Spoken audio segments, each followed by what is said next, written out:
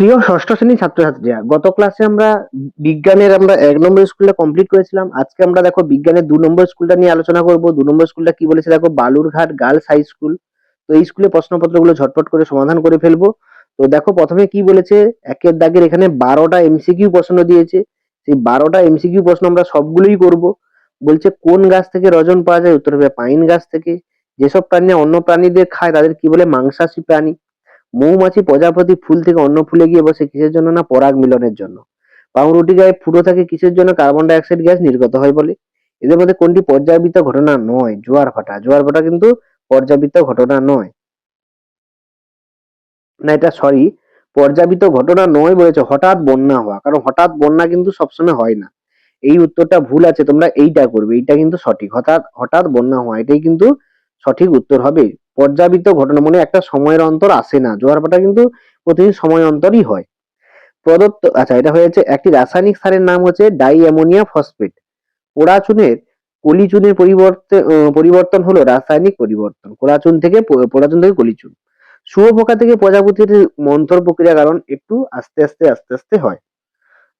এরপরে দেখো, তারপরে কত নম্বর পেজ আছে না, 197 নম্বর পেজের প্রশ্ন উত্তর গুলো করবো। প্রথমে একেরটা কি, নয়েরটা কি হচ্ছে, ব্রোমিন হলো এক প্রকার তরল অধাতু। ব্রোমিন কিন্তু তরল অধাতু, ধাতু কিন্তু নয়। ব্রোমিনকে কিন্তু ধাতু বলা যায় না, অধাতু। তারপরে বলেছে দেখো, জল দিয়ে বিদ্যুৎ পাঠিয়ে যে দুটি গ্যাস পাওয়া যায় তা হচ্ছে অক্সিজেন। জলের মধ্য দিয়ে বিদ্যুৎ, হাইড্রোজেন এবং অক্সিজেন, এই দুটো গ্যাস কিন্তু পাওয়া যায়। পরিস্রাবন প্রক্রিয়ায় ফিল্টার কাগজে পড়ে থাকা কঠিন পদার্থকে বলা হয় অবশেষ, এবং তামার চিহ্ন হচ্ছে সিইউ, কপার। তারপরে 2 থেকে শূন্যস্থান পূরণ বলেছে, দেখো শূন্যস্থান পূরণগুলো আমরা করব।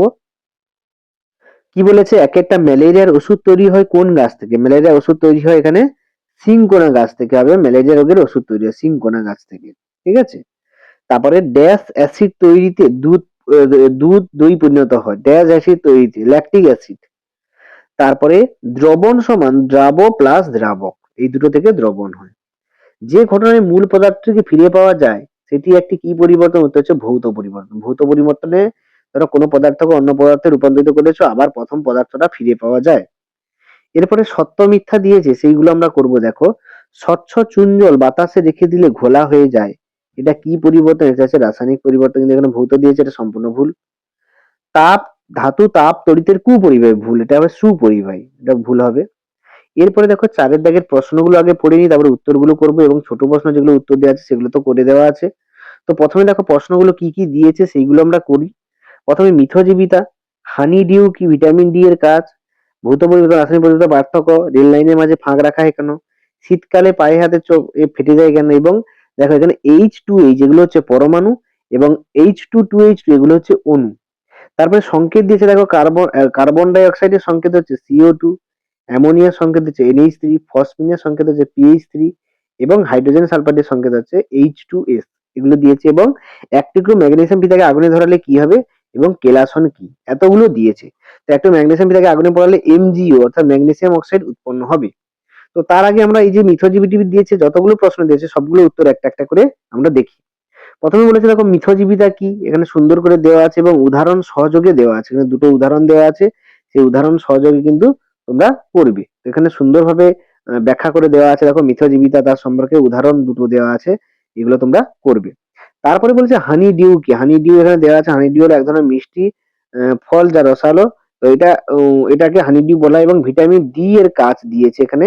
ভিটামিন ডি এর কাজ কি কি বলে, হাড় মজবুত করে, ক্যালসিয়াম ফসফরাস শোষণ করে, রিকেট রোগকে প্রতিহত করে, এবং পেশি ও রোগ প্রতিরোধ ক্ষমতা বাড়ায়।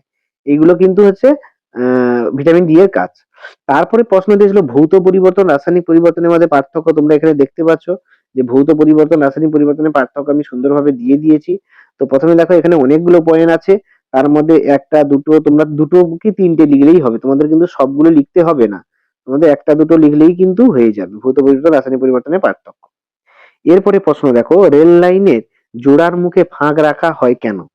তো এখানে অনেকগুলো পয়েন্ট করা আছে, তোমরা এই তিনটে করবে, কারণ যেহেতু তাপটা বাড়ে, সূর্যের আলো তাপটা পায়, গরম হয়ে যায়, আর গরম পেলে যে কোনো জিনিস প্রসারিত হয়, এই জন্য এটা ফাঁক রাখা হয় এখানে সুন্দর করে, যাতে দুর্ঘটনার আশঙ্কা না হয়, ঠিক আছে, এটা তোমরা লিখে দেবে।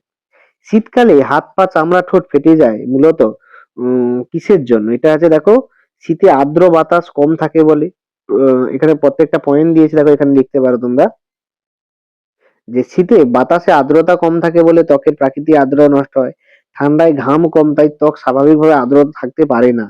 তো এইগুলো অনেকগুলো পয়েন্ট দিয়েছে, তোমরা 4টে পয়েন্ট যেকোনো 2টো লিখলেই হবে। 1 কিগ্রা ম্যাগনেসিয়াম পার আগুনে ধরলে কি হবে? না এটা এই যে এইটা যে তৈরি হয় ম্যাগনেসিয়াম অক্সাইড, এটা তৈরি হয় ম্যাগনেসিয়াম অক্সাইড এমজিও তৈরি হবে, যেটা আমি ওখানে লিখে দিয়েছিলাম। তো এরপরে প্রশ্ন এখানে দেখো সংকেতটা এই সমীকরণটা দিয়েছে যে Mg প্লাস O2 সমান MgO।